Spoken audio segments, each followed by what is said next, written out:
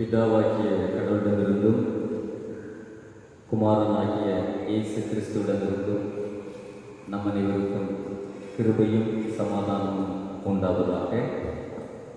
இந்த பரிசுத்த ஓய்வு நாளுக்காக ஆண்டவரை போற்றுகின்றேன். இந்த நாளிலும் ஆண்டுடைய நாமம் மகிமைப்படும்படியாக, இந்த தொழுகை கடவுளுக்கு ஆசீர்வதித்தரும்படியாக நாம் துதிப்பாடலை பாடி அவரை மகிமைப்படுத்துவோம்.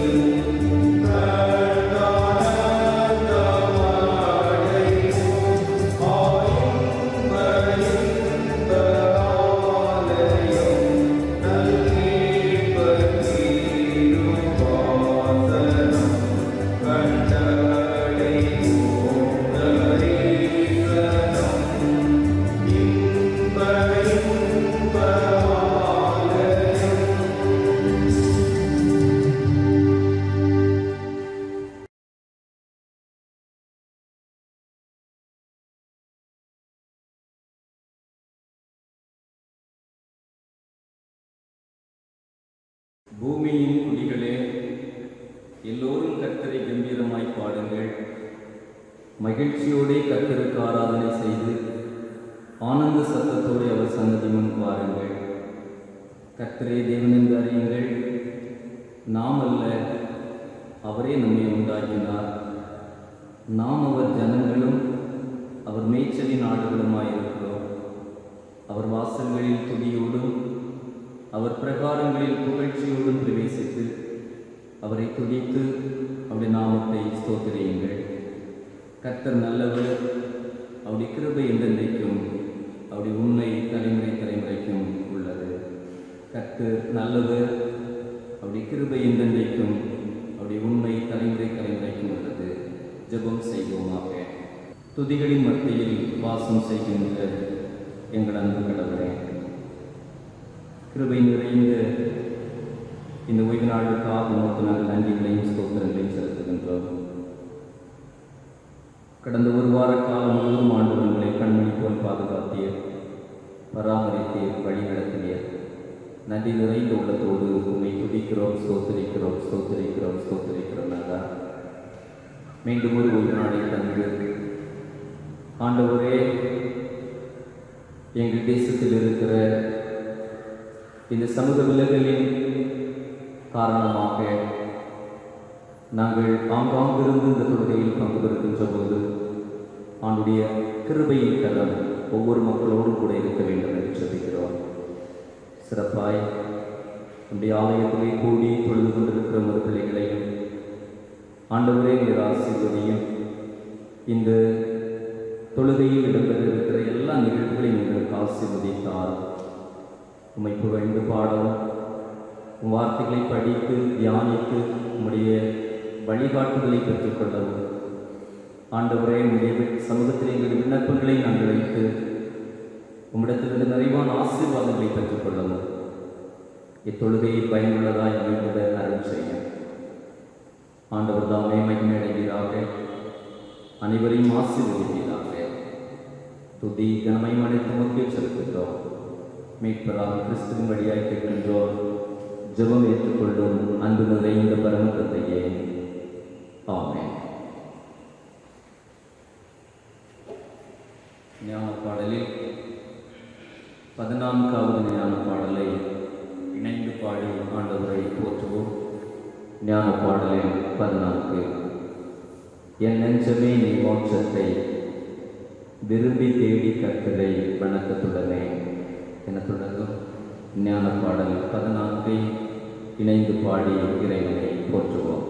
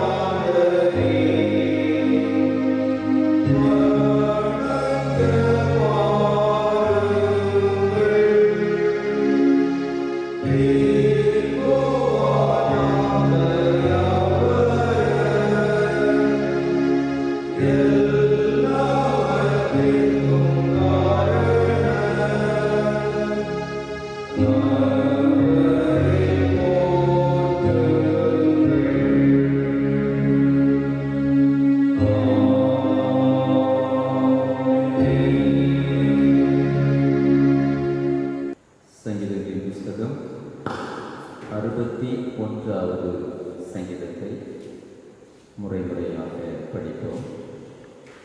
சங்கீதம் 61. தேவனே, என் கூப்பிடுதலை கேட்டு என் விண்ணப்பத்தை கவனியும். என் இருதயம் தொய்யும் போது பூமியின் கடையாந்திரத்திலிருந்து உம்மை நோக்கி கூப்பிடுவேன். எனக்கு எட்டாத உயரமான கண்களில் என்னை கொண்டு போய்விடும்.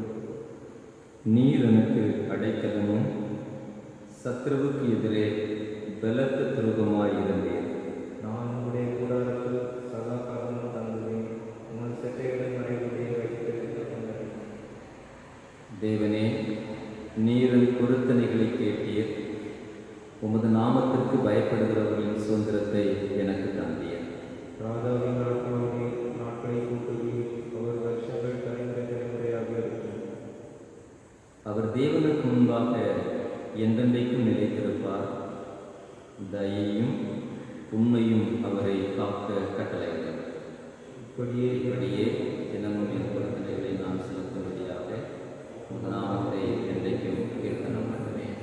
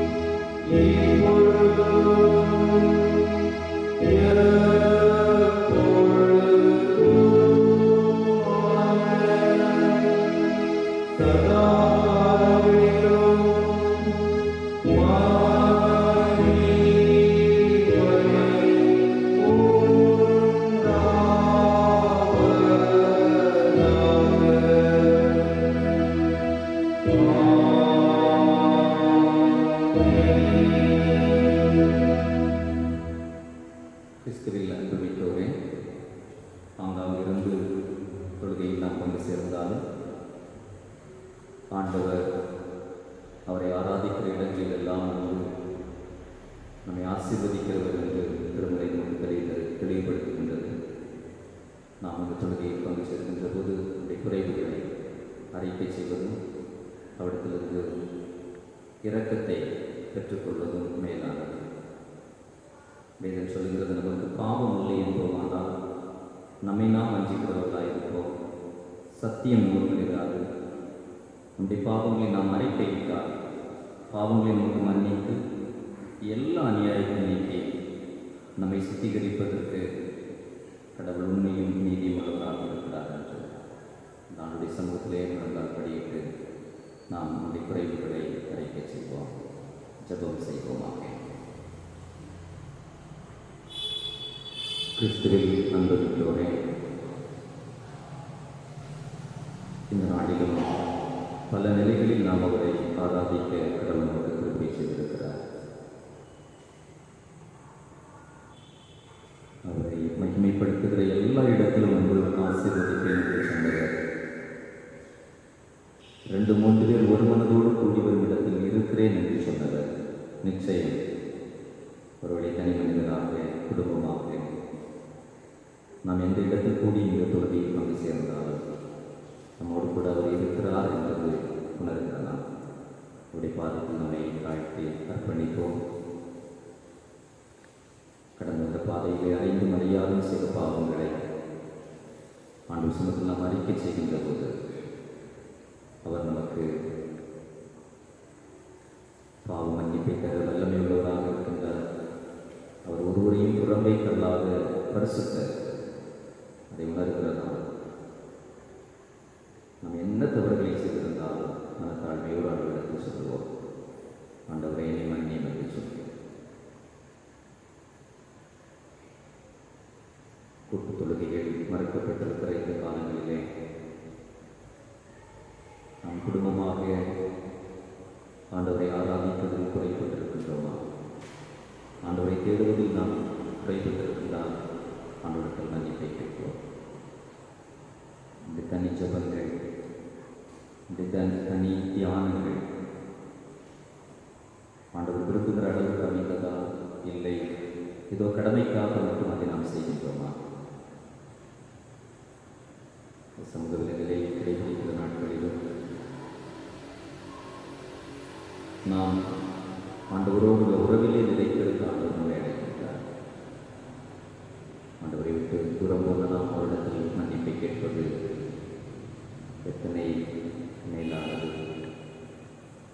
மட்டுமல்ல, இந்த வார்த்தைகள், இந்த சிந்தனைகள், செயல்கள் இறைவன் விரும்பாததாக இருந்திருந்தால் ஒரு விசை கூட ஆண்டவரத்தில் மன்னிப்பை கேட்கலாமே. ஆண்டவரை என்னை பரிசுத்தமாக்கும் என்று சொல்லலாமே.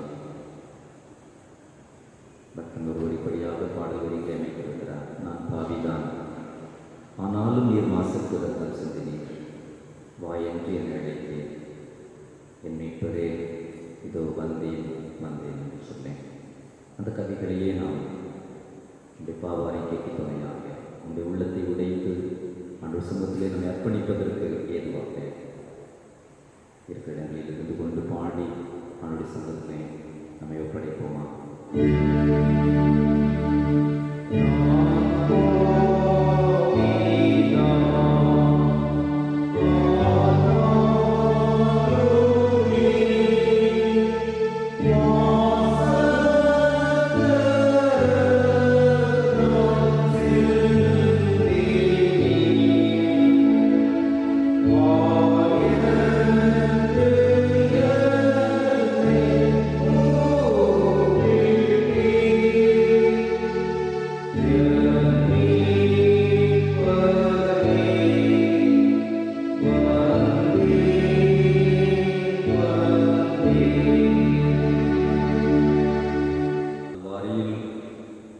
நமக்காய் தன் ரத்தத்தை சிந்தியானவர். நான் பாவிதான், ஆண்டவரே உன் ரத்தத்தால் என்னை கழுவும் என்று சொல்லி நம்மை ஒப்புக் கொடுத்தேன். இந்த பாவங்களை அறிக்கை செய்து விட்டுவிட முன் வந்திருக்கின்றேன்.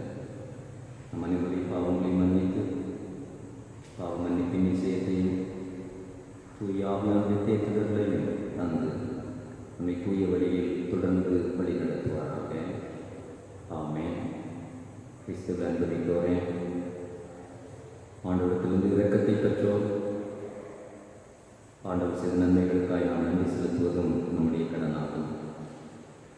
இந்நேரத்திலும் இருக்கிற இடங்களில் இருந்து கொண்டே கடந்த ஒரு வார காலம் ஆண்டவர் இடத்தில் வந்ததை நினைத்து நன்றி சொல்லுவோம். கொடிய ஆபத்தான வேலையில் வைக்கப்பட்டிருக்கிறோம். கர்த்தருடைய கரம் மட்டுமே நம்மை பாதுகாக்கிறது. யாரும் ஒருவேளை உணர்ந்திட முடியாத அளவுக்கு தீமைகள் பெருகிக் கொண்டிருக்கிறதை நாம் அறிவோம்.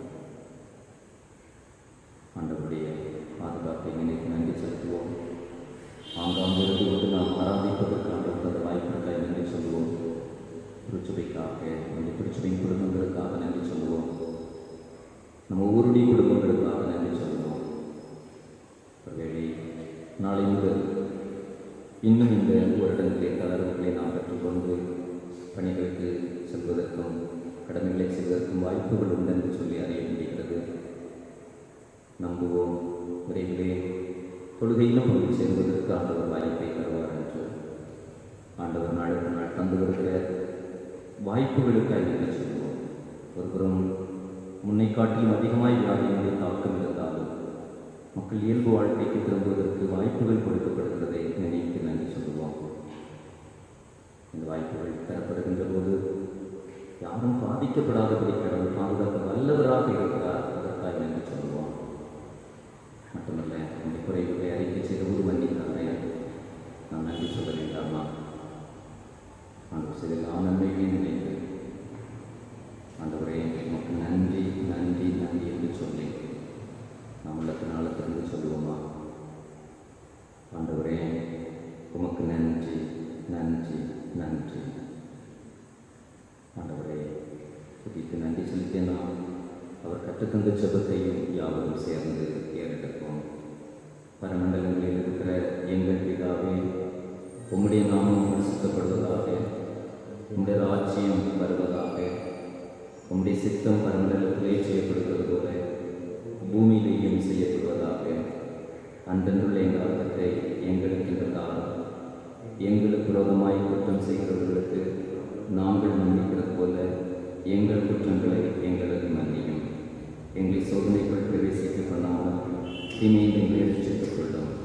ராஜ்யமும் வல்லமையும் மகிமையும் என்றென்றைக்கும் இருக்கிறேன். ஆம். இந்நாளுக்குரிய திருமறை பகுதியை படிக்க கேட்போம். இந்த நாளுக்குரிய திருமறை பகுதியை படிக்க கேட்போம். வாசிக்கும்படியாக கொடுக்கப்பட்ட திருமறை பகுதி பிலிப்பியர் 4ஆம் அதிகாரம் வசனங்கள் 4 முதல் 9 வசனங்கள் முடிய. பிலிப்பியர் 4ஆம் அதிகாரம் வசனங்கள் 4 முதல். கர்த்தருக்குள் எப்பொழுதும் சந்தோஷமாயிருங்கள் என்று மறுபடியும் சொல்லுகிறேன். உங்கள் சாந்த குணம் எல்லா மனுஷருக்கும் தெரிந்திருப்பதாக. கர்த்தர் சமீபமாயிருக்கிறார். நீங்கள் ஒன்றும் கவலைப்படாமல் எல்லாவற்றையும் குறித்து உங்கள் விண்ணப்பங்களை ஸ்தோத்திரத்தோடே கூடிய ஜெபத்தினாலும் வேண்டுதலினாலும் தேவனுக்கு தெரியப்படுத்துங்கள். அப்பொழுது எல்லா புத்திக்கும் மேலான தேவ சமாதானம் உங்கள் இருதயங்களையும் உங்கள் சிந்தனைகளையும் கிறிஸ்து இயேசுக்குள்ளாக காத்துக்கொள்ளும். கடைசியாக சகோதரரே, உண்மை உள்ளவைகளையோ ஒழுக்கமுள்ளவைகளையோ நீதி உள்ளவைகளையோ கற்புள்ளவைகளையோ அன்புள்ளவைகளையோ நற்கிரியைகள் உள்ளவைகளையோ புண்ணியம் எதுவோ புகழ் எதுவோ அவைகளே சிந்தித்துக் கொண்டிருங்கள்.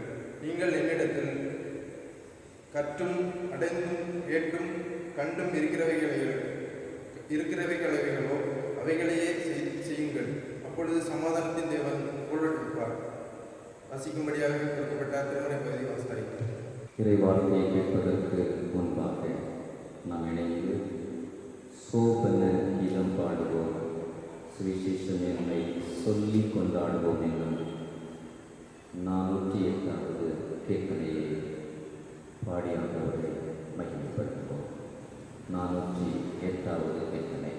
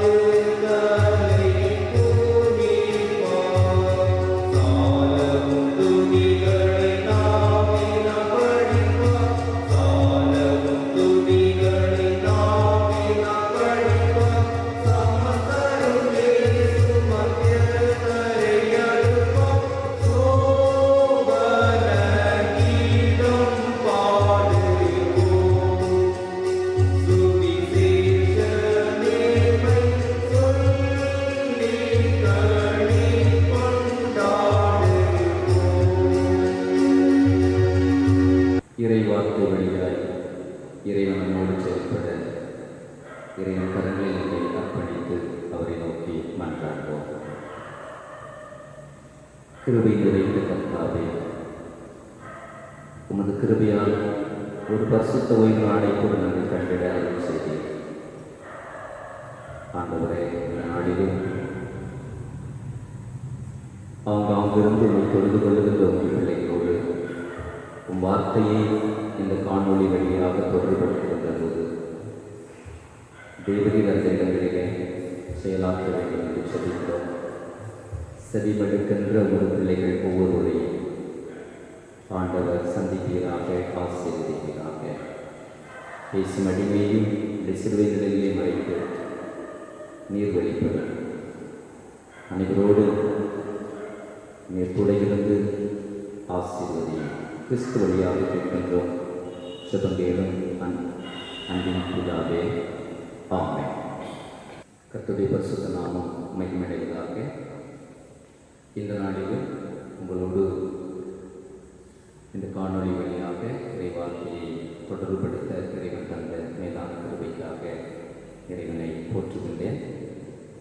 இத்தருணத்தில் அங்கிருந்து இந்த செய்தியை ஆண்டவரை மகிமைப்படுத்திக் கொண்டிருக்கின்ற, இந்த செய்தியை கேட்டுக் கொண்டிருக்கிற, இந்த ஆராதனை பங்கெடுத்துக் கொண்டிருக்கிற உங்கள் அனைவருக்கும் ஆண்டவராகிய இயேசு கிறிஸ்துவின் திருப்பேரிலே நமது திருச்சபை சார்பிலும் வாழ்த்துக்களை, நன்றிகளை கூறிக்கொள்கின்றேன். கிறிஸ்துவில் அன்புமிக்கவரே, இந்த நாளில் சிந்தனைக்கு தரப்பட்ட திருமுறை பகுதியிலிருந்து 7வது வசனத்தை என்னுடைய தியான வசனமாக படிக்கின்றேன். அப்பொழுது எல்லா புத்திக்கு மேலான தேவ சமாதானம் உங்கள் இருதயங்களையும் உங்கள் சிந்தைகளையும் கிறிஸ்து இயேசுவுக்குள்ளாக காத்துக்கொள்ளும். புதுமொழிபெயர்ப்பிலே திருவிவியத்திலே இப்படி குறிப்பிடப்பட்டிருக்கிறது. அப்பொழுது அறிவெல்லாம் கடந்த இறையமைதி கிறிஸ்து இயேசுவோடு இணைந்துள்ள உங்கள் உள்ளத்தையும் மனதையும் பாதுகாக்கும். மிக தெளிவாக குறிப்பிடப்பட்டிருக்கிற காரியம், அறிவெல்லாம் கடந்த இறையமைதி கிறிஸ்து இயேசுவோடு இணைந்துள்ள உங்கள் உள்ளத்தையும் மனதையும் பாதுகாக்கும். இன்றைய சூழலோடு இந்த பகுதியினுடைய பின்னணியும் பொருத்தமானதாக இருக்கிறது என்பதை நான் கூற ஆசைப்படுகிறேன். ஏனென்றால் பவுலடியார் இந்த நிருபத்தை எழுதியது சிறைச்சாலையிலிருந்து என்று அறியப்படுகிறது. இதை சிறைச்சாலை மடல் என்று கூட குறிப்பிடுவார்கள். அவர் தான் பட்ட துன்பங்களை பகிர்ந்து கொள்ளவும், தன்னுடைய துன்பத்திலே தனக்கு உதவி செய்தவர்களுக்கு நன்றி செலுத்தவும் மட்டுமல்லாமல், துன்பப்படுகிற மக்களை விசுவாசத்திலே உறுதிப்படுத்தவுமே இந்த நிருபத்தை எழுதினார் என்பது இந்த நிருபத்தை படிக்கிற போது நாம் அறிந்து கொள்ள முடியும். அப்படி என்று சொன்னால் இந்த நிருபத்தினுடைய பின்னணியும் இதனுடைய நோக்கமும் இன்றைய சூழலோடு ஒத்ததாக இருக்கிறது. இன்றைய சூழல் என்ன என்று நாம் அறிவோம். சுமார் 4-5 மாதங்களாக உலகம் முழுவதும் கொடிய வியாதியினுடைய தாக்கத்தினால் துன்பத்தோடு மக்கள் போராடி கொண்டிருக்கின்ற சூழல். இந்த துன்பச் சூழலிலே அமைதி என்பதே இல்லை என்றுதான் சொல்ல முடியும். அதுதான் உண்மை. தலைவர்கள் அமைதி இழந்து நிற்கின்றார்கள், மக்கள் தனி மனிதர்கள் அமைதி இழந்து நிற்கின்றார்கள், குடும்பங்களில் அமைதி இல்லை. அமைதி என்பது விலை கொடுத்து வாங்குகின்ற ஒன்றல்ல. திருமுறை சொல்லுகின்ற அமைதியை எபிரேயத்திலே ஷாலோம் என்று சொல்கிற வார்த்தையில் குறிப்பிடப்பட்டுள்ளது. இது ஒரு மாயான, அதாவது ஒரு கல்லறை தோட்டத்தில் நிலவுகின்ற அமைதி அல்ல, அல்லது ஒரு போர் முடிந்த பின்பு அங்கு காணப்படுகிற ஒரு வெறுமையான சூழலின் அமைதி அல்ல. மாறாக மகிழ்ச்சி, சமாதானமான வாழ்வு, நல வாழ்வு, இவைகள் எல்லாவற்றையும் உள்ளடக்கிய ஒரு அமைதியை குறிப்பிடுவதற்கு இந்த வார்த்தை திருமுறையில் பல இடத்தில் குறிப்பிடப்பட்டிருக்கிறது. அருள்நாதர் இயேசு கிறிஸ்துவும் அத்தகைய ஒரு அமைதியை தான் நமக்கு வாக்களித்திருக்கின்றார். போராட்டங்களின் மத்தியிலே, பாடுகளின் மத்தியிலே, துன்பங்களின் மத்தியிலே அவர் நமக்கு அமைதியை தருகிறவராக இருக்கின்றார். அந்த அமைதியை அவர் நமக்கு வைத்து சென்றிருக்கிறார். ஆண்டவர் அறிவுறுத்துகின்ற ஒன்று, உலகில் உங்களுக்கு பாடுகள் உண்டு, ஆனாலும் திடன் கொள்ளுங்கள், நான் உலகத்தை செய்தேன். மட்டுமல்ல, உலகம் தராததும் உலகம் எடுத்துக்கொள்ளாததுமான மெய்யான சமாதானத்தை அல்லது அமைதியை நான் உங்களுக்கு வைத்து போகிறேன் என்று ஆண்டவர் குறிப்பிடுகிறதை நாம் பார்க்கின்றோம். அன்பர்களே, இந்திய சூழல் ஒரு துன்பச் சூழல் மட்டுமல்ல, ஒரு கொந்தளிக்கிற சூழல். கொந்தளிக்கிற சூழலில் அமைதி என்பது எட்டுச் சூறைக்காய்க்கு சமம் என்று சொல்வார்கள். அதாவது ஏதோ எட்டாத கனி போன்றது. அப்படி ஒன்று உண்டுமா என்று சொல்லி மனிதன் கேள்வி கேட்கலாம். இன்னைக்கு நாமும் கூட இந்த வியாதியுடைய தாக்கத்தில் இருக்கிறவர்களை பார்த்து உங்களுக்கு அமைதி உண்டாகும் என்று சொல்கின்ற போது அறிவுபூர்வமாக நாம் சிந்திப்பார்கள் இல்லை, அவர்கள் அறிவுபூர்வமாக சிந்திப்பார். நாம இருந்தாலும் அதை தான் சிந்திக்கக்கூடும். ஏனென்றால் இன்று அறிவியல் அறிஞர்களுடைய கருத்துக்களுக்கு அப்பாற்பட்டு இந்த வியாதியுடைய தாக்கம் இருக்கிறது. ஓரிரு மாதங்களில் இதை தீர்த்துவிடும் என்று முதலில் சொன்னவர்கள் உண்டு. இதை துடைத்தெறிந்து விடலாம் என்று விரும்பிய நாட்டினர் உண்டு. மட்டுமல்ல, இன்ன மருத்துவம் தான் இதை கட்டுப்படுத்த முடியும் என்று சொன்னவர்கள் உண்டு. ஆனால் இன்று அவருடைய சிந்தனைகள் மாறிக்கொண்டிருக்கிறது. இதனுடைய வீரியம் அதிகப்படுகின்ற போது அவருடைய பேச்சுக்கள் அல்லது அவரை குறித்த கருத்துக்களும் மாறிக்கொண்டிருக்கிறது. கடந்த 2 நாட்களுக்கு முன்பதாக செய்திகளிலே குறிப்பிடுகிற போது இன்னும் 2 ஆண்டுகளுக்கு இது தாக்கம் இருக்கும் என்று சொன்னார்கள். ஒரு சில மாதங்களுக்கு முன்பதாக இதனுடைய தாக்கம் ஒரு 3 அல்லது 4 மாதங்களுக்குள் மறைந்துவிடும் என்று சொன்னார்கள். சமீபத்திலே ஒரு செய்தியிலே இந்த நோயினுடைய அறிகுறிகளை யாரும் அறுதியிட்டு கூற முடியாது என்று கூறுகின்ற ஒன்று, இது அறிவுக்கு அப்பாற்பட்ட ஒரு தாக்கத்தை ஏற்படுத்துகிறது என்பதை தெளிவுபடுத்துகிறது. அதாவது இதற்காக நாம் தடுப்பு மருந்துகளை எடுத்துக் கொள்ளுகின்ற போது இந்த வியாதியை ஏற்படுத்துகின்ற இந்த வைரஸினுடைய மூலக்கூறுகளில் ஏற்படுகிற மாற்றம் கூட மற்ற ஆய்வுகளுக்கு அப்பாற்பட்டதாக இருக்கிறது. அல்லது மற்ற ஒரு வைரஸை ஆய்வு செய்கின்ற போது இது இப்படிதான் என்று டெபினிட்டாக சொல்ல முடியும். ஆனால் இதை இந்த வைரஸை குறித்து சொல்ல முடியாது என்று சொல்கிறார்கள். அதற்கு மருந்துகளை எடுக்கின்ற போது அதனுடைய மூலக்கூறுகளின் மாற்றங்களில் வித்தியாசம் ஏற்படுவதால் அதற்கு தகுந்த முறையில் அதற்கு மருத்துவம் செய்து கடினம் என்று சொல்லுகின்ற ஒரு காலகட்டத்தில் வைக்கப்பட்டிருக்கின்றார். அப்படி என்று சொன்னால் ஒரு கொந்தளிக்கின்ற சூழலில் போன்று அமைதி இழந்து இருக்கின்ற இந்த மனுக்குலத்திற்கு இந்த வார்த்தை பொருத்தமானதா என்று சொன்னால், இந்த வசனத்தை நாம் நன்கு கவனிக்கின்ற போது இது உண்மை என்று சொல்லி உணர்கிறது. இந்த வசனத்தின்படி நிச்சயம் நமக்கு ஒரு மாற்றம் உண்டு, அல்லது இந்த வசனம் நிறைவேறுகிற ஒன்று என்பதை நாம் புரிந்து கொள்ள முடிகிறது. ஆண்டவராகிய இயேசு கிறிஸ்து ஒரு முறை சீடர்களோடு படகில் பயணம் செய்வதை மார்க்கு 4ஆம் அதிகாரம் 45 முதல் 51 வசனங்கள் நமக்கு தெளிவுபடுத்துகிறது. பாருங்கள், அந்த படகு அமிழத்தக்கதாக அலைகள் மோதுகின்றதை திருமறை நமக்கு தெளிவுபடுத்துகிறது. நடந்த காரியம் என்ன? சீடர்கள் எல்லாம் மடிந்து விட்டோம் என்று கலந்துகின்றார்கள். ஐயரே, ஒரு கவலை இல்லையோ என்று சொல்லி கேட்கின்றார்கள். அங்கு அருணாகர் இருந்த நிலை, அவர் என்ன செய்கின்றார்? நித்திரையில் இருந்தார் என்று சொல்லப்படுகிறது. அவர் ஒருவரும் அங்கு நித்திரை பண்ணி கொண்டிருந்தார். என் அன்புக்குரியவர்கள், இதுதான் இறைவனுடைய அமைதி என்பது, இறை அமைதி என்பது இதுதான். சூழ்நிலைகள் எப்படி கொந்தளிக்கிறதாக இருந்தாலும், சூழ்நிலைகள் எவ்வளவு நமக்கு எதிரானதாக இருந்தாலும், அந்த இடத்திலும் நம் உள்ளம் ஒரு அமைதியை, சமாதானத்தை பெறுகிறது என்று சொன்னால் அதுதான் இறைவன் அருளுகின்ற அமைதி. அதைத்தான் நாம் திரும்பி பார்க்க அழைக்கப்படுகிறோம். ஆண்டவர் சொல்கின்றார், ஒரு சுகமான வாழ்வு உங்களுக்கு இருக்கும், என்னை பின்பற்றுங்கள் என்று சொல்லவில்லை. என்னை பின்பற்றுகிறவர்களுக்கு பாடுகள் உண்டு, துன்பம் உண்டு என்று நான் சொல்கின்றார். அதே வேளையில் அவர் சொல்கிறார், சிலுவையை எடுத்துக்கொண்டு என்னை பின்பற்று என்று. அப்படி என்று சொன்னால் துன்பம் உலகில் உண்டு. துன்பம் இல்லாத ஒன்று அல்லது ஒரு வாழ்வு என்பது ஒரு மனிதருக்கும் கொடுக்கப்படுவதில்லை. அப்படி நாம் விரும்புவோம் என்று சொன்னால், ஒரு பகுதியிலே ஒரே ஒருவர் மட்டும் இருந்தால் கூட அந்த இடத்திலே அவர் துன்பம் இல்லாமல் இருக்க முடியுமா என்பது கற்பனைக்கு அப்பாற்பட்டதாக இருக்கிறது. அன்புக்குரியவர்களே, இந்த சூழல் நமக்கு துன்ப சூழலாக இருந்தாலும் இதிலும் ஆண்டவர் இந்த வசனத்தின்படி நமக்கு இறை அமைதியை அல்லது சமாதானத்தை தர வல்லவராக இருக்கின்றார். அந்த இறை அமைதியை பெற்றுக்கொள்ள நாம் என்ன செய்ய வேண்டும் என்று சொல்லி இந்த வசனத்தில் சொல்லப்பட்டதிலேயே 2 கருத்துக்களை மட்டும் நான் முன்வைக்க ஆசைப்படுகின்றேன். இங்கு தெளிவான அளவு சொல்லுகின்ற ஒரு காரியம் என்னவென்று சொன்னால் 6வது வசனத்திலே சொல்லுகின்றார், நீங்கள் ஒன்றுக்கும் கவலைப்படாமல் எல்லாவற்றையும் குறித்து உங்கள் விண்ணப்பங்களை ஸ்தோத்திரத்தோடு கூடிய ஜெபத்தினாலும் வேண்டுதலினாலும் தேவனுக்கு தெரியப்படுத்துங்கள். அதாவது முதலாவது, இறைவன் அருளுகின்ற அறிவுக்கு அப்பாற்பட்ட அல்லது அறிவு கடந்த அந்த அமைதியை நாம் பெறுவதற்கு நாம் செய்ய வேண்டிய ஒன்று, நாம் இறை வேண்டலில் நிலைத்திருக்க வேண்டும். இறை வேண்டலில் நிலைத்திருக்க வேண்டும். துன்பச் சூழலிலே சோர்ந்திடாமல் ஜெபித்திட வேண்டும் என்று இயேசுநாதர் சீடர்களுக்கு மட்டுமல்ல நமக்கும் கற்றுத் தந்திருக்கின்றார்.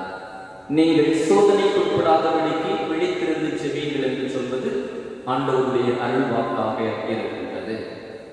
இங்கு பவுலடியார் சொல்கின்றார், உலகம் தராத அல்லது அறிவுக்கு அப்பாற்பட்ட ஒரு தெய்வ சமாதானத்தை நீங்கள் பெற்றுக்கொள்ள வேண்டும் என்று சொன்னால் என்ன செய்ய வேண்டுமா?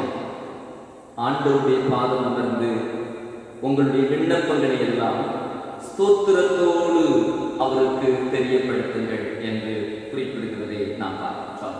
ஒருவேளை கடந்த வாரத்தில் கூட மோசே ஒரு செபிக்கிற மனிதனாக இருந்தபடியால் அங்கு தடைகளை தாண்ட முடிந்தது என்று நாம் பகிர்ந்து கொண்டதை நீங்கள் கேட்டிருக்கலாம். இங்கு நான் மீண்டும் அந்த ஜெபத்தை குறித்து தெளிவுபடுத்த விரும்புகிறேன் என்று சொன்னால், இன்று நாம் சந்தித்திருக்கிற சூழலிலே நமக்கு பூரண அமைதியை நாம் பெற்றுக்கொள்வதற்கு ஒரே வழி அதுதான்.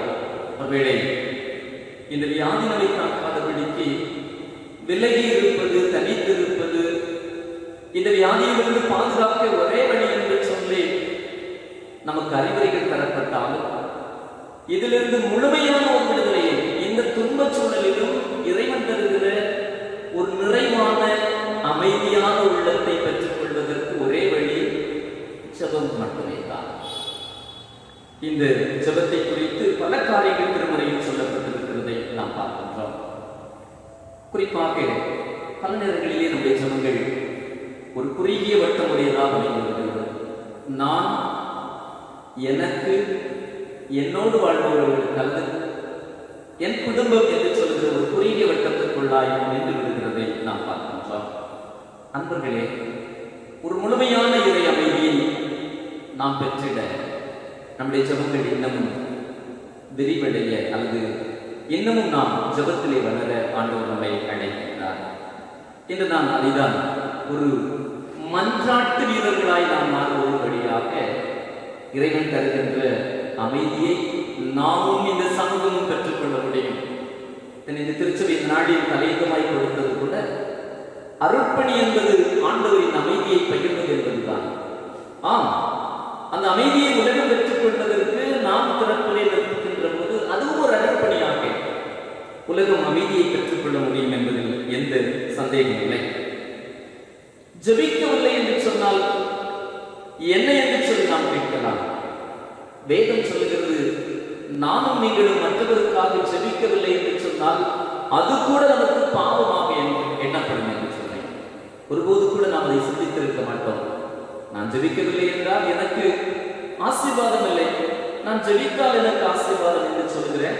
ஒரு சாதாரண நிலையில் தான் நாம் இதுவரை ஜெபத்தை குறித்து சிந்தித்திருப்போம்.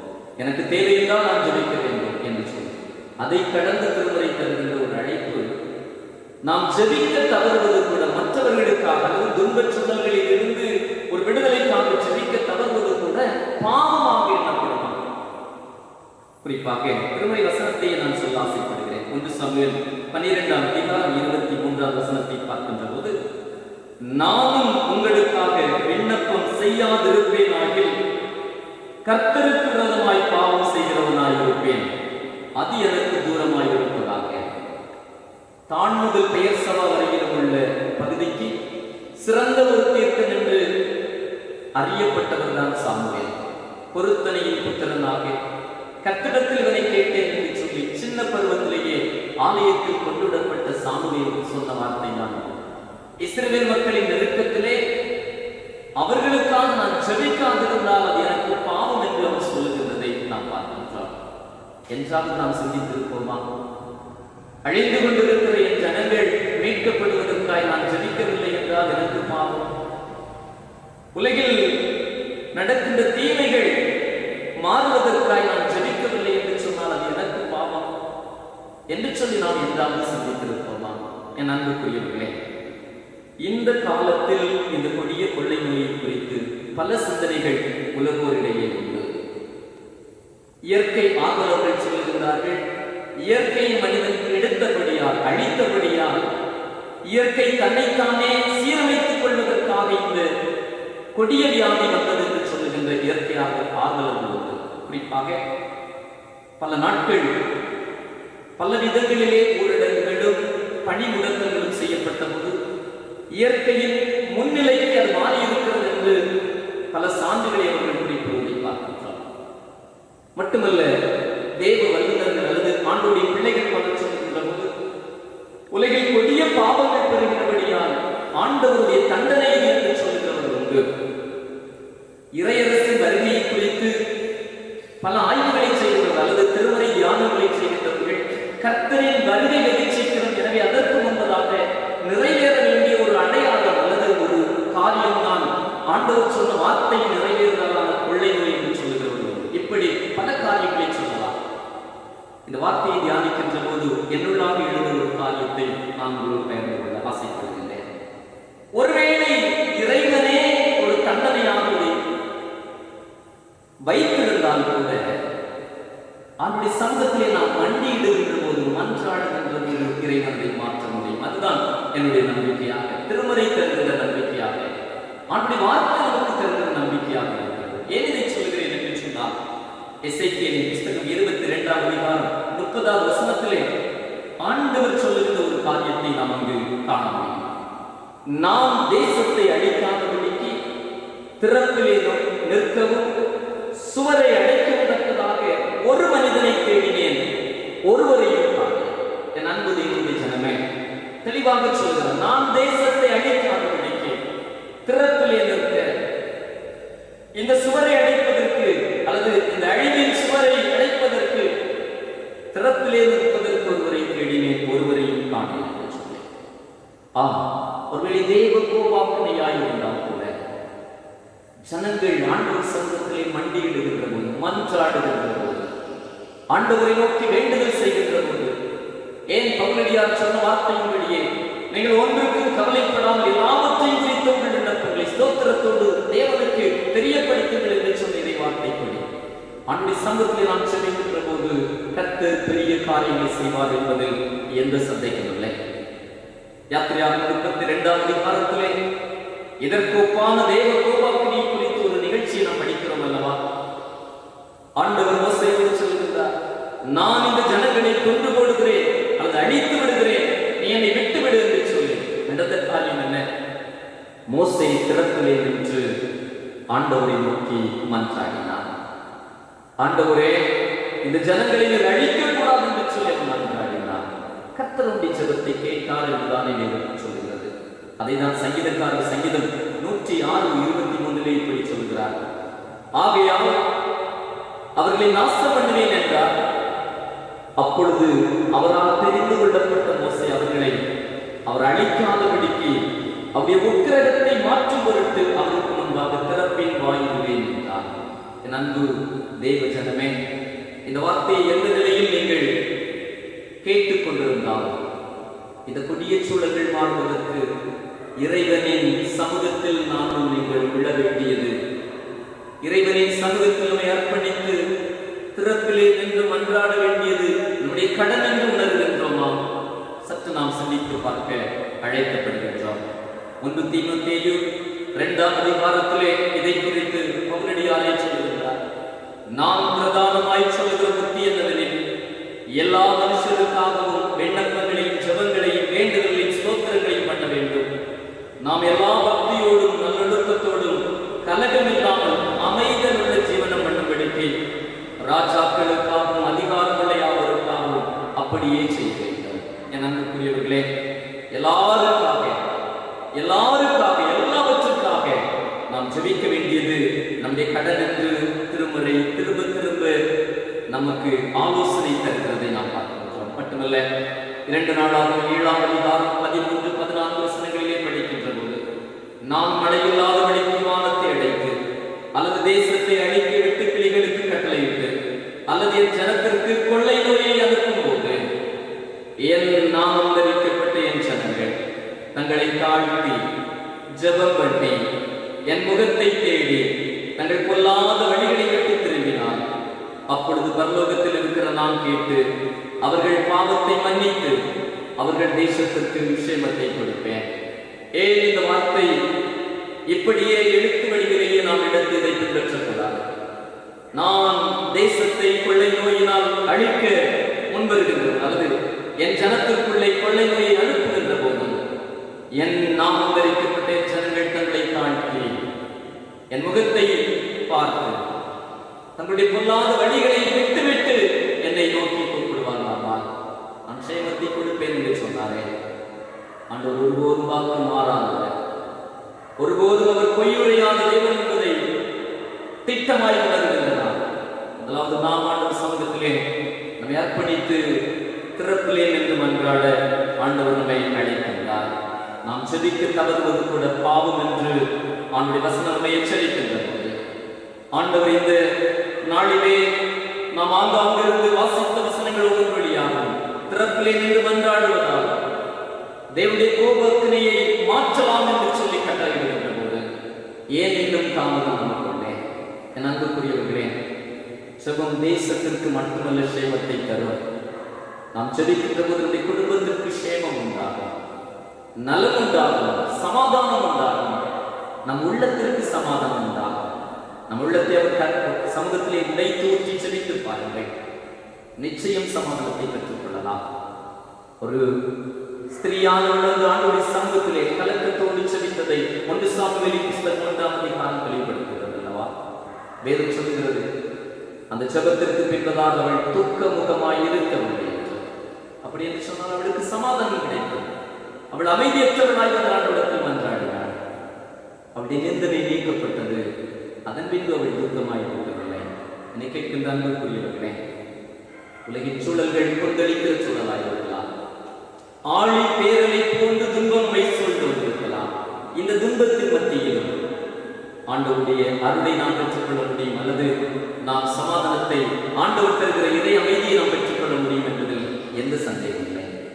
இரண்டாவதாக இந்த வசனத்தை அப்படி நாம் சிந்திக்கின்ற போது நாம் கற்றுக்கொள்ளுகின்ற ஒன்று, இறைவனோடு உள்ள உறவில் நாம் நிலைத்திருப்பது, அல்லது இயேசுவோடு கிறிஸ்து இயேசுவோடு இணைந்திருக்கின்ற ஒவ்வொருடைய வாழ்க்கையிலும் அந்த சமாதானம் இப்போதே உலகுக்கு சமாதானத்திற்காய் போராடுகிற நாம் கிறிஸ்துவோடு இணைந்திருந்தால் இந்த கொடிய சூழலிலும் நம்முடைய உள்ள அமைதியை பெற்றுக்கொள்ளும் என்பதில் சந்தேகம் இல்லை. நான் திருவிழித்து குறிப்பிடப்பட்டபடியே இந்த வசனத்தை திரும்ப ஒரு முறை படிக்கிறேன். அப்பொழுது அறிவெல்லாம் கடந்த இறை அமைதி கிறிஸ்து இயேசுவோடு இணைந்துள்ள உங்கள் உள்ளத்தை மனதையும் பாதுகாக்கும். யாருக்கு இந்த அமைதி என்று சொல்கிறார்?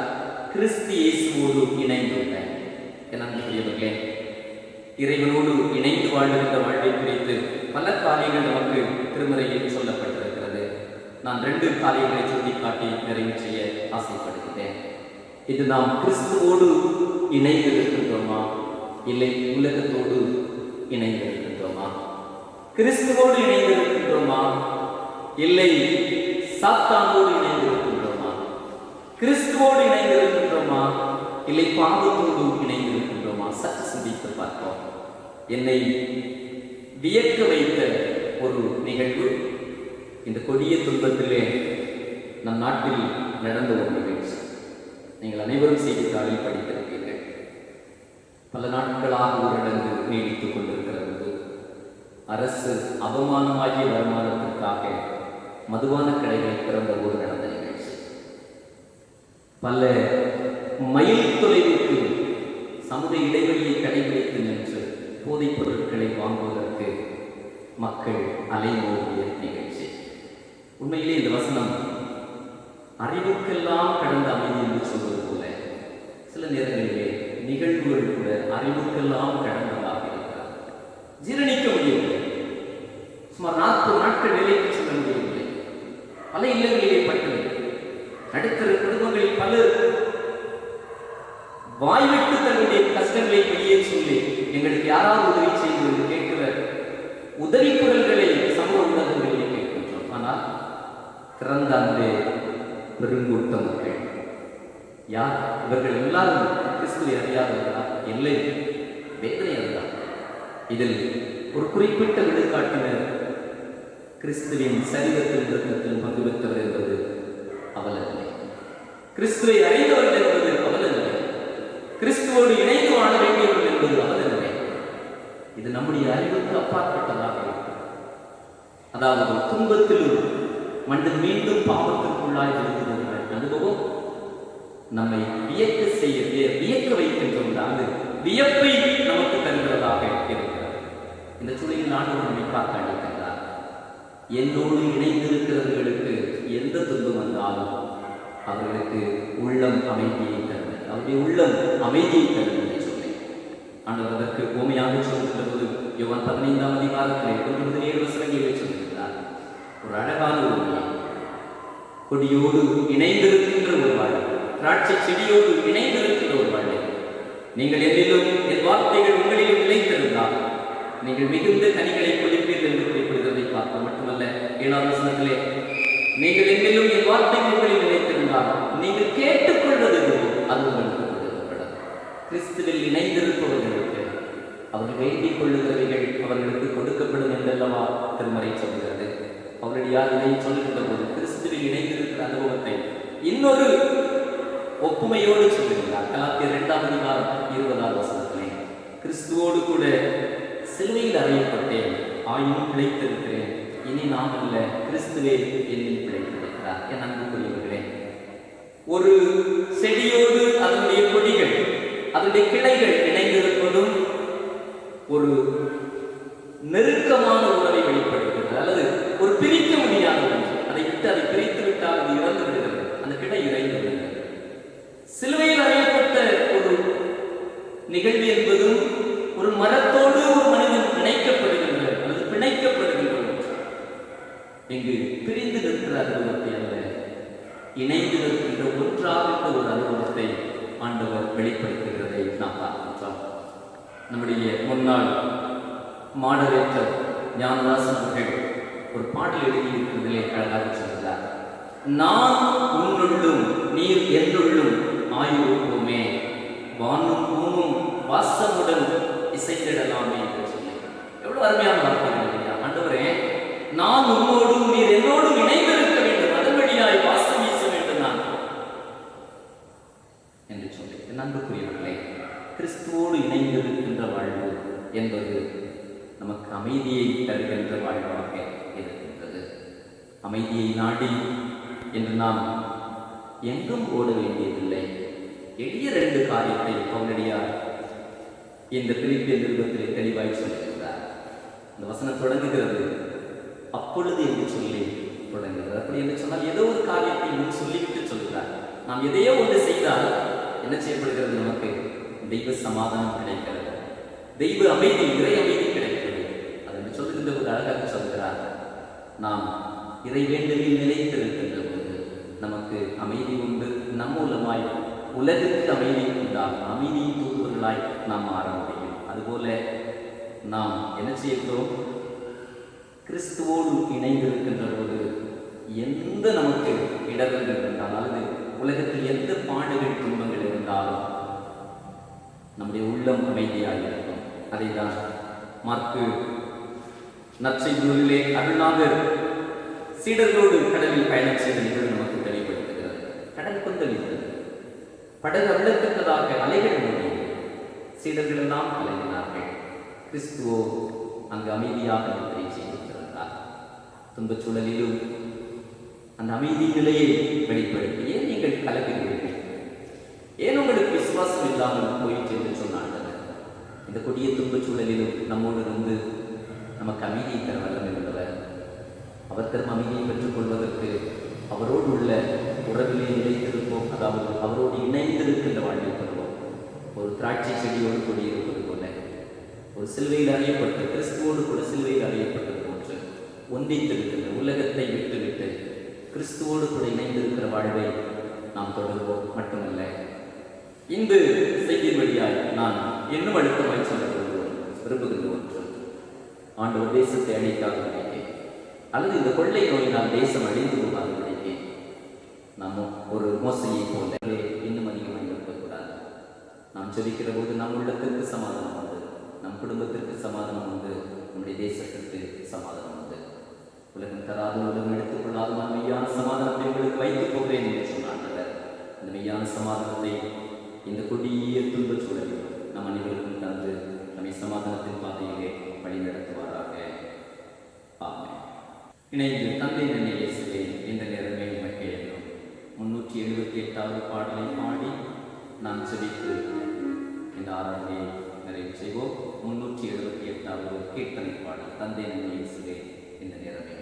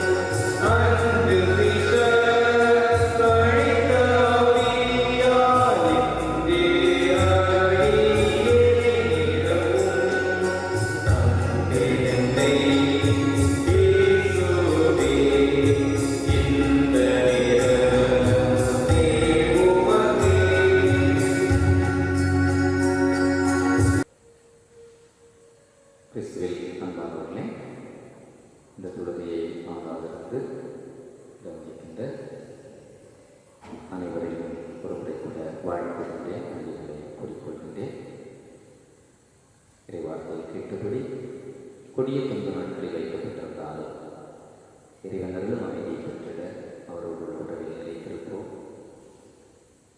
மட்டுமல்ல, திறப்பில் என்று மன்றாடுவோம். இறைவன் நிச்சயமாக விசித்தபடி அவர் நமக்கு விடுதலை தருவார் என்றால் மக்களை அழிப்பதில் அவருடைய சித்தமானாக அழிவிலிருந்து மீட்பதற்காக உலகத்திற்கு வந்தவர் முடியாக வருவதை உணர்வோம். கிறிஸ்துவுக்குள்ளாக நிலைத்திருந்து நாம் அவர் தவிர அமைதியை பெற்றிட ஆண்டவர் அனைவருக்கும் அருள் செய்வாராக. இந்த தொழுகையை காணொலி வழியாக மற்றவர்களுக்கும் பார்ப்பதற்கு அதற்கான ஏற்பாடுகளை செய்து அதிலே பங்களிப்பை தந்த அனைவரையும் கூட நான் பாராட்டுகின்றேன். அனைவருக்கு நான் நன்றிகளை சொல்கிறேன். திருச்சபையின் மக்களிலே நான் என்னதினேன் சுமார் 78 நாடுகளில் இருக்கிறார்கள். அரபு நாடுகளிலும் அமெரிக்க தேசம் போன்ற பல பகுதிகளில் இருக்கின்றவர்கள் ஒருவேளை பல நிலைகளிலே நினைவு இருக்கிறதை அறிய முடிகிறது. குடும்பத்தார் வழியாக இந்த வார்த்தையை அறிகின்ற போது அவர்களில் யாராவது இந்த காணொலியை நீங்கள் கண்டுகொண்டிருப்பீர்கள் என்று சொன்னால் ஆண்டுடைய நாமத்திலே உங்களுக்கு நாங்கள் வாழ்த்துக்களை சொல்வதோடு மட்டுமல்லாமல் இறை நம்பிக்கையை உங்களோடு பெயர் கொள்கின்றோம். கர்த்தர் தந்த சூழலிலிருந்து பாதுகாக்கின்றவர். நீங்கள் சோர்ந்திடாமல் கர்த்தருக்குள்ளாக நிலைத்திருந்து ஜெபிக்கவில்லை. நான் வைக்கின்றேன். திருச்சபையாக உங்களுக்கு தொடர்ந்து ஜெபிக்கின்றோம். இன்னும் நாங்கள் ஜெபிப்போம் என்று எங்களுடைய வாக்குறுதியை வைத்திருக்கின்றோம். அதோடு இந்த பகுதிகளிலிருந்து இந்த ஆராதனையில் பங்கு சேர்ந்த நாம் உங்களுடைய தனி ஜபங்களிலே குடும்ப ஜபங்களிலே அயல் நாட்களில் இருப்பதற்காக அதிகமாக ஜெபிக்க உங்களை அன்போடு கேட்டுக்கொள்கின்றேன். மட்டுமல்ல, நீங்கள் நன்கு செய்திகளை கவனித்துக் கொண்டிருக்கிறவர்கள் நம் மாவட்டத்தில் கூட நாளுக்கு நாள் பாதிக்கப்பட்டோருடைய எண்ணிக்கை அதிகரித்து வருகிறது. நாளை முதல் நமக்கு இன்னும் வாய்ப்புகள் வெளியே செல்வதற்கு அவசியம் இல்லை என்று சொன்னால் வெளியே செல்லாமல் இருப்பது நல்லது. மீண்டும் ஆலோசனையை செய்கின்றேன். அரசு தந்திரத்தில் தகுந்த ஆலோசனைகள் எல்லாவற்றை கடைபிடிப்போம். எந்த மட்டும் வெளியே செல்லுங்கள், எந்த மட்டுமல்ல கட்டாயமாக வெளியே செல்கின்றது முகக்கவசங்களை அணிந்து செல்லுங்கள். அதுவும் பலர் அதை பயன்படுத்துகிற விதங்கள் மிகவும் பாதுகாப்பற்றதாக இருக்கிறதை பார்க்க முடிகிறது. அப்படி இல்லை, மிகுந்த பாதுகாப்போடு அதை பயன்படுத்தவும் உங்களை அன்போடு கேட்டுக்கொள்கின்றேன். இன்னும் நாம் என்னென்ன நிலையிலே இந்த கொடிய கொள்ளை நோயிலிருந்து விடுதலை பெறுவதற்கு செயலாற்ற முடியுமோ அப்படி நாம் செயல்படவும் நம்மை அர்ப்பணிப்போம். ஒரு முறை கூட இந்த தொழுகைக்கு உதவியாக இருந்த அனைவருக்கு நன்றி சொல்கின்றேன். எல்லா காரியங்களுக்காகவும் நாம் இணைந்து ஜெபிப்போம், ஜெபம் செய்வோமாக. ஒருவராய் பெரிய அதிசயங்களை செய்கின்ற எங்கள் அன்பின் பரலோக தந்தையே, பரிசுத்தம் கிருபை நிறைந்த இந்த ஓய்வு நாளுக்காக நமக்கு நாங்கள் நன்றி சொல்கின்றோம். ஆங்காங்கிருந்து கொண்டு ஆண்டவரே இந்த ஆராதனையில் பங்கு சேர உமது பிள்ளைகளுக்கு இருக்க அந்த வாய்ப்புகளுக்காக நன்றி சொல்கிறோம். காணொலி வழியாக இந்த ஜெபத்தில் பங்கு பெறுகின்ற உமது பிள்ளைகளையும் நாங்களுடைய கரத்திலே தருகின்றோம். ஆண்டவரே, ஆலயத்திலே கூடி நிற்கின்ற நாங்கள் அவர்களுக்காக ஒரு மனதோடு ஜெபிக்கின்ற போது மெய்யாகவே ஆண்டவரே இந்த ஜெபத்திலே பங்கு சேர்ந்த ஒவ்வொரு ஆசீர்வதிக்கப்பட கடவுள் கிருபை தர வேண்டும் என்று நாங்கள் ஜெபிக்கின்றோம். குறிப்பாக ஆண்டவரே, முதலாவது அயல் நாடுகளில் பணி செய்து கொண்டிருக்கின்ற தங்கியிருக்கின்ற திருச்சபையின் எல்லா மக்களுக்காக நாங்கள் ஜெபிக்கின்றோம். குடும்பமாக தங்கியிருக்கின்றவர்கள் உண்டு, தனிநபர்களாக பணிகளுக்கு சென்று தூரிடங்களில் தங்கியிருக்கிறவர்கள் உண்டு, கல்வி நிலைக்கும் தூரிடத்தில் தங்கியிருக்கிறவர்கள் உண்டு. ஆண்டவரே, நமது பிள்ளைகள் இருக்கிற பகுதிகளிலே ஆண்டவரே நோய் தொற்றுகள் அதிகமாக இருப்பதை அறிகின்ற போது அவர்கள் பயத்தோடும் கலக்கத்தோடும் வாழ்ந்து கொண்டிருப்பதை அறிகிறேன். ஆண்டவரே, துன்பச் சூழலில் மத்தியில் எங்களுக்கு அமைதியை தருகின்ற ஆண்டவர் நமது பிள்ளைகளுக்கு உள்ளத்தில் நிறைவான அமைதியை தாரும், கலைஞராதபடிக்கு சோர்ந்துடாதபடிக்கு காத்துக்கொள்ளும். மட்டுமல்ல, துன்பங்கள் மேற்கொள்ளாதபடி எங்களை காக்கின்றவும் கர்த்தராக இருக்கின்றேன். உமக்கு நாங்கள் நன்றி சொல்கின்றோம். ஆண்டவரே, அயல் நாடுகளில் இருக்கிற ஒவ்வொரு பிள்ளைகளையும் நீர் உடைய இரத்த கொட்டைக்குள்ளாய் மறைத்துக் கொள்ளும். குறிப்பாக ஆண்டவரை ஜெபிக்கக்கூடிய உமது பிள்ளைகளை நாங்கள் நினைத்து மன்றாடுகின்றோம். சோர்வோடு ஆண்டவரை மனபாரத்தோடு ஜெபிக்க சொன்னவர்கள் உண்டு. இறைவன் அவர்களுக்கு தருகின்ற ஆசீர்வாதங்களை கண்டவர்கள் மகிழ்ச்சி அடைய விரைவிலே ஆண்டவரே நாங்கள் உமக்கு நன்றி பலிகளை செலுத்த கடவுள் கிருபை தர வேண்டும் என்று ஜெபிக்கிறோம். பல பணிகளுக்கு செல்ல முடியவில்லை, வெளியே செல்வதற்கு தடை எங்களுக்கு இருக்கிறது என்று சொன்னதை நினைவுபடுத்துகின்றோம். நீண்ட நாட்களாய் வேலை இல்லை, நாங்கள் என்ன செய்வோம் என்று சொல்லி ஆண்டவரை காத்திருக்கின்றவர்கள் உண்டு. கர்த்தர் அந்த தேசங்களிலே ஆண்டவரை நல்ல சூழல்களை தந்து உமது பிள்ளைகள் வாழ்வாதாரங்களுக்காக உழைப்பதற்குரிய கிருபைகளை தர வேண்டும் என்று சொல்கிறோம். என்ன நம்பிக்கையோடு கடந்து சென்றார்களோ அதற்கு மேலான நன்மைகளை அவர்கள் அந்த தேசங்களிலே பெற்றுக்கொள்ளவும் கடவுள் கிருபை தர வேண்டும் என்று சொல்கின்றோம். தந்தையே, பரவுகின்ற கொடிய வியாதி உலகில் எந்தெந்த நாடுகளிலே அதிகமாய் பரவி கொண்டிருக்கிறதோ ஆண்டவரை எல்லாவற்றையும் அறிந்தவராக இருக்கின்றீர். ஆண்டவரே, நீர் ஆண்டவர் அந்த இடங்களிலே உம்முடைய கிருபையை பொழிந்தருக வேண்டும் என்று சொல்கின்றோம். தேவனுடைய இரக்கத்தினால் ஆண்டவரை எல்லா மக்களும் விடுதலை பெற்றுக்கொள்ள அருள் புரிய வேண்டும் என்று நாங்கள் ஜெபிக்கிறோம். அறிவுக்கு அப்பாற்பட்டு இந்த வியாதி பரவுகிறது அறிகிறேன். எந்த அறிஞர்களாலும் இது இப்படிதான் என்று சொல்லி ஒரு தீர்வு சொல்ல முடியாத சூழலில், இதற்கு தகுந்த மருந்துகள் கண்டுபிடிக்க முடியவில்லை என்று சொல்கிற சூழலிலே ஆண்டவருடைய ஞானத்திற்காக, உம்முடைய வழிகாட்டுதலுக்காக, உம்முடைய ஆசீர்வாதத்திற்காக, உம்முடைய பாதுகாப்பிற்காக, உம்முடைய விடுதலைக்காக ஆண்டவரே நாங்கள் கெஞ்சுகிறோம். சுவாமி, நான் தேசத்தை அழிக்காதபடிக்கு திறப்பிலே நிறுத்தவும் சுவரை அடைக்கும் தக்கதாக ஒருவரை தேடினேன் என்று சொன்னேன். இன்றைக்கு செய்தியை கேட்ட ஒவ்வொரு மது பிள்ளைகளும் கூட ஆண்டவரே இந்த காரியங்களுக்காக இன்னும் ஆண்டவரை அதிக நேரம் செபித்திட, உடைய சமூகத்தை அர்ப்பணித்து செபித்திட ஆண்டவரே ஒரு கிருபை புரிய வேண்டும் என்று செபிக்கிறோம். அதன் வழியாய் மாற்றங்களை நாங்கள் அறிந்திட கடவுள் கிருபைக்காக சுவாமி. ஆண்டவரை உம்மால் கட்டுப்படுத்த முடியாதவர்கள் ஒன்றுமில்லை. என் தேவன் இரக்கம் செய்ய வேண்டும் என்று நாங்கள் செபிக்கிறோம். எங்கள் இந்திய திருநாட்டிற்காக செபிக்கிறோம். எங்கள் தேசத்திலும் ஆண்டவரை முன்னை காட்டிலும் கடந்த வாரத்தை காட்டிலும் அதிகமானவர்கள் இந்த வாரத்திலே பாதிக்கப்பட்டிருப்பதை அறிகின்றோம். ஆண்டவரை உமது கருத்தில் தருகின்றோம். ஏனென்று கேள்வி கேட்க தகுதியற்ற நாங்கள் ஆண்டவரை உம்முடைய இரக்கத்திற்காய் கெஞ்சுகிறோம். சுவாமி, தாவீதின் குமாரனே, எங்களுக்கு இரக்கம் என்று சொன்னவர்களுக்கு இரக்கம் செய்த தகப்பனே, எது நிமித்தமாக இந்த வியாதி இன்னமும் அதிகமாய் பரவிக்கொண்டிருந்தால் அதை தடுக்க வல்லமையுள்ளவர். ஆண்டவரே, இது இரக்கம் செய்ய வேண்டும் என்று மன்றாடுகிறோம்.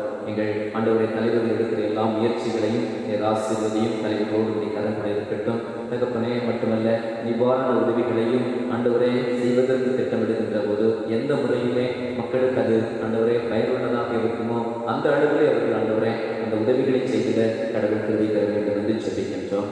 மட்டுமல்ல ஆண்டவரே, இந்த நோய் தடுப்பு பணிகளிலே ஆண்டவரை பயன்படுகின்ற ஒவ்வொரு மக்களுக்காக நாங்கள் ஜெபிக்கிறோம். செயலாற்றி வந்த மருத்துவர்கள், காரியர்கள், மருத்துவ குழுக்களை கடவுள் ஆசீர்வதிக்கிறாங்க.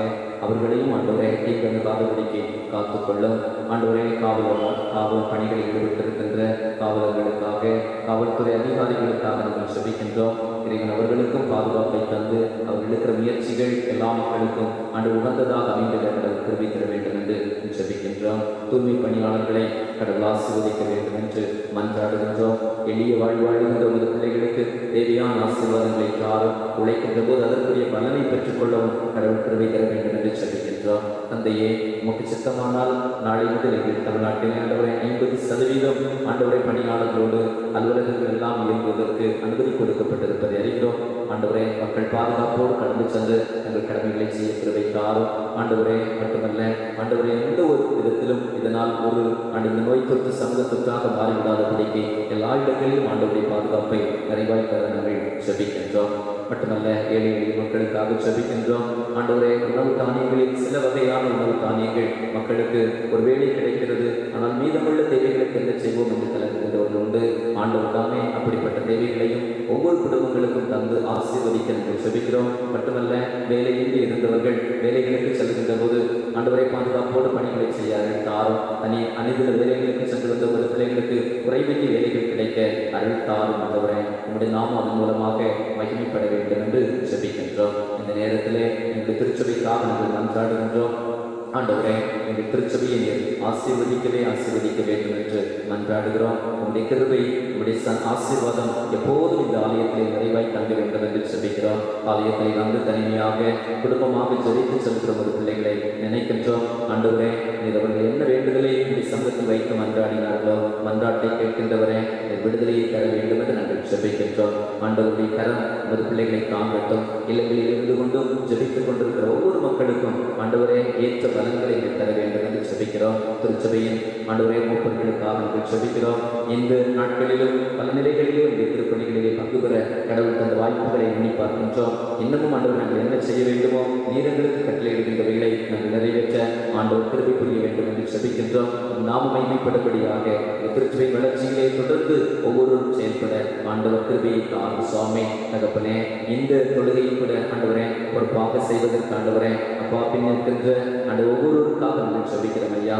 ஆண்டவரே, அவர்களை ஆசீர்வதிக்க வேண்டும் என்று ஜெபிக்கிறோம். ஒவ்வொரு வாரமும் இந்த உதவிகளை செய்கின்ற போது ஆண்டவரின் தொழுகையை அழகுபடுத்துகின்ற போது உங்களுடைய கிருபை கூட இருக்க வேண்டும் என்று நாங்கள் ஜெபிக்கிறோம். தனிப்பட்ட தேவைகள் ஒவ்வொருடைய குடும்பத்தின் தேவைகளையும் சந்திக்க நாங்கள் ஜெபிக்கின்றோம். அன்பின் நிறைவா இந்த நேரத்திலே நாங்கள் இணைந்து எங்களோடு வாழ்கின்ற எல்லா மக்களுக்காக நாங்கள் ஜெபிக்கிறோம். இந்த கிராமத்து மக்கள் எங்கள் திருச்சபையில் ஒவ்வொரு மக்களுக்காகவும் நாங்கள் ஜெபிக்கிறோம். கர்த்தர் தாமே ஆசீர்வதிக்க வேண்டும் என்று நாங்கள் ஜெபிக்கின்றோம். ஆண்டவரே, எங்கள் திருச்சபையின் மூப்பர் ஆண்டவர் முதுமையான பெற்றோருக்காக நாங்கள் மன்றாடுகின்றோம். கர்த்தர் தாமே முதுமையான நாட்களிலே புதுவெளியை தந்து தாங்க நாங்கள் ஜெபிக்கின்றோம். குடும்ப பொறுப்பான பெற்றோரை ஆசீர்வதியும். ஆண்டவர் ஒவ்வொருவருக்கும் வேண்டிய சுகத்தை பலத்தை தருவதோடு நல்ல ஆசீர்வாதங்களை ஒவ்வொரு குடும்பங்களுக்கும் தந்தரிட வேண்டும் என்று ஜெபிக்கிறோம். குடும்ப வாழ்விலே நன்மைகளுக்காக காத்திருக்கின்ற மக்களை கடவுள் நினைத்தருளி ஆசீர்வதிக்க ஜெபிக்கின்றோம். குறிப்பாக கிருபையின் காலத்தில் இருக்கிற பிள்ளைகளை நினைக்கின்றோம். வருகிற வாரத்திலே ஆண்டவர் விடுதலைக்காய் காத்திருக்கின்ற அருமையானவர்களுக்காக நாங்கள் ஜெபிக்கிறோம். ஆண்டவரே நேற்றும் ஆண்டவரே எங்களோடு ஜெபிக்க சொன்னதை நீங்கள் அறிகிறேன். ஆண்டவரே, நம்மளுடைய சமூகத்திலே தந்து ஜெபிக்கின்ற போது கடவுள் தாமே இறங்கி நல்ல ஒரு விடுதலையை கட்டளையிட வேண்டும் என்று ஜெபிக்கின்றோம். வர நாட்களில் விடுதலைக்காய் காத்திருக்கிற ஒரு பிள்ளைகளையும் ஆண்டவர் பாதுகாத்து பராமரித்து ஏற்ற சமயத்திலே சுகமான விடுதலையை தந்து தாயும் செய்வாய் நன்மைப்படுத்திட கிருபை செய்ய வேண்டும் என்று ஜெபிக்கிறோம். குடும்ப வாழ்வின் நன்மைகளுக்காய் காத்திருப்போரை ஆசீர்வதி ஆண்டவரே. இன்னுமாக ஆண்டவரே, எங்கள் வாலிப சகோதர சகோதரியரை கர்த்தர் ஆசீர்வதிக்க மன்றாடுகின்றோம். ஆண்டவரே, எங்கள் பிள்ளைகளுடைய வாழ்விலே ஆண்டவரை உண்மை குறித்ததான ஒரு ஆண்டவரை பயத்தை அதிகமாய் தர நாங்கள் ஜெபிக்கின்றோம். உண்மை நேசிக்கின்ற பண்புகளை தாரும் சுவாமி. அநேக பிள்ளைகள் ஆண்டவரே உண்மை அறிந்தும் அறியாதவர்கள் போன்று வாழ்கிறதை காண்கின்ற போது எங்கள் வாலிப பிள்ளைகள் சந்திக்கப்பட அவர் ரட்சிப்பின் அனுபவத்தை பெற்றுக்கொள்ள உங்களுடைய அன்புக்கு நேராய் கடந்து வர ஆண்டவரே நாங்கள் மன்றாடுகிறோம். கர்த்தர் இரக்கம் செய்யும். குறிப்பாக வாலிபர்கள் ஆண்டவர் மத்தியிலே ஒரு எழுப்புதலை ஏற்படுத்த வேண்டும் என்று நாங்கள் ஜெபிக்கின்றோம். ஆண்டவரை கல்வியை தொடர்கிற இந்த பிள்ளைகளுடைய தேர்வுக்கு ஆயத்தப்படுகிற போது அவர்களுக்கு நல்ல வெற்றிகளை அமைத்து தர நாங்கள் ஜெபிக்கின்றோம்.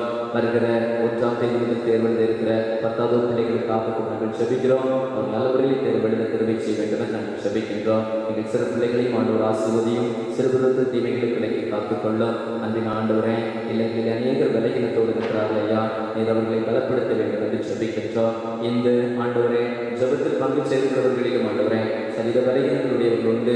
ஆண்டவரே, இந்த சத்தத்தை கேட்டுக்கொண்டிருக்கின்ற போதே கர்த்தருடைய வல்லமை சரீரம் முழுவதும் ஆண்டவரை பாய்ந்தோட வேண்டும் என்று ஜெபிக்கிறோம் ஐயா. உம்முடைய நாமத்தால் விடுதலை பெற்று மகிழ்ச்சியோடு வாழ கிருபை தர வேண்டும் என்று நாங்கள் ஜெபிக்கின்றோம். அன்பின் ஆண்டவரே, நாங்கள் அறியாத இன்னும் எத்தனையோ தேவைகள் ஒவ்வொரு குடும்பங்களில் உண்டு. ஆண்டவர் தேவைகளை சந்திப்பீராக. மெய்யான சமாதானத்தை எங்களுக்கு வைத்து சென்றேன் என்று சொன்னவரே ஆண்டவரை பல நிலைகளிலே ஆண்டவரே சமாதானம் இன்றி காணப்படுகிற மக்களுக்காக ஜெபிக்கிறோம். நீரே சமாதானத்தை தாரும். தந்தையே, நாங்கள் செய்தியை குறிப்பிட்டபடி இந்த தேசத்திலே ஆண்டவரே மீண்டும் மதுவான கடைகளை திறந்து ஆண்டவரே அதற்கு அனுமதி கொடுத்திருக்கின்ற போது ஜனங்கள் அதிகமாக அதற்கு அடிமைப்படுகிறது நாங்கள் கண்டு நம்முடைய சமூகத்திலே பாரத்தோடு ஜெபிக்கிறோம் ஐயா. நம்மை அறிந்த ஒருவர் கூட இனி ஆண்டவரே அந்த பழக்கங்களுக்கு அடிமையாகாதபடிக்கு நீர் காத்துக் கொள்ள வேண்டும் என்று ஜெபிக்கிறோம். ஆண்டவரே, ஒருவேளை அதிலே அடிமைப்பட்டவர்களாக இருக்கிறவர்கள் கூட கர்த்தருடைய சத்தத்தை கேட்டு ஆண்டவரே கர்த்தருடைய வார்த்தையின்படி வாழ்வதற்கு தங்களை ஒப்புக் கொடுத்து ஆண்டவரை அதை விட்டு விடுவதற்கு கர்த்தர் கிருபை தர வேண்டும் என்று நாங்கள் ஜெபிக்கிறோம். ஆண்டவருடைய கரம் ஒவ்வொரு மக்களோடும் கூட இருந்து பரிசுத்தமான பாதையிலே ஒவ்வொருவரையும் வழிநடத்த வேண்டும் என்று நாங்கள் ஜெபிக்கின்றோம். தீமைகளுக்கு எல்லா மக்களையும் விலக்கி காத்துக்கொள்ளும். ஒரு முறை கூட பரவுவதற்குரிய வியாதியை மாற்றிட உண்மை நோக்கி நாங்கள் வேண்டுதல் செய்கிறோம் ஐயா. நாங்கள் அறிவியல் கண்டுபிடிப்புகளையோ அல்லது ஆண்டவரை மருத்துவத்துறையோ நாங்கள் நம்பி நிற்பதை காட்டிலும் எங்கள் ஆண்டவரையே நாங்கள் சார்ந்து நிற்கிறோம் ஐயா. உம்மிடமே நாங்கள் கெஞ்சுகின்றோம். நீர் வெளிப்படுத்தாமல் இதற்கு தகுந்த மருந்துகள் கண்டுபிடிக்கப்பட முடியாது என்பதை நாங்கள் உணர்கிறோம் சுவாமி. மட்டுமல்ல, நீர் கட்டளையிடாமல் இவைகள் மாறிட முடியாது என்பதை நாங்கள் உணர்கின்ற போது கர்த்தாவே நீர் இரக்கம் செய்ய வேண்டும் என்று ஜெபிக்கிறோம். கொள்ளை நோயினால் பாதிக்கப்பட்டிருக்கிற மக்கள் கூட ஆண்டவரே சிகிச்சைகளை பெற்று வருகிறவர்கள் கூட விரைவிலே சுகம் பெற்று செல்ல கிருபைக்கார் உயிரிழப்புகள் இனி ஏற்படாதபடிக்கு கடவுள் காத்துக் கொள்ள வேண்டும் என்று நாங்கள் ஜெபிக்கின்றோம். தகப்பனே, இந்த தொழுகையில் காணப்பட்ட எல்லா குறைகளையும் தயவாய் பொறுத்ததில் நாங்கள் நாடுகின்றோம். ஒன்று கூட இந்த ஆராதனையில் பங்கு செய்கின்ற எல்லா மக்களினுடைய கருத்தை தருகிறோம். என்னென்ன பாரத்தோடு என்னென்ன வேண்டுதலோடு ஆண்டவரே உடைய சங்கத்தில் அமர்ந்து இந்த சத்தத்தை கேட்கின்றார்களோ, இந்த ஆராதனையில் பங்கு செய்கின்றார்களோ, அதற்கு மேலான ஆசீர்வாதங்களை பெற்றுக்கொள்ள கர்த்தர் கிருபைக்காரும் விரைவிலே ஆண்டவரே நாங்கள் அரசுடைய அனுமதி பெற்று இணைந்து கொள்வதற்குரிய வாய்ப்பையும் எங்களுக்கு தாரும். நல்ல காலநிலையை தாரும். தேவைகளுக்கெல்லாம் மக்களையும் விலைக்கு காத்துக்கொள்ளும். துதி கனவை மறைந்தும் உமக்கை செலுத்துகிறோம். மீட்பராம் கிறிஸ்துவின் வழியாய் கேட்கின்றோம். ஜெபம் ஏற்றுக்கொள்ளும் அன்பு நிறத்தும் நிறைந்த பரம தந்தையே, ஆமென்.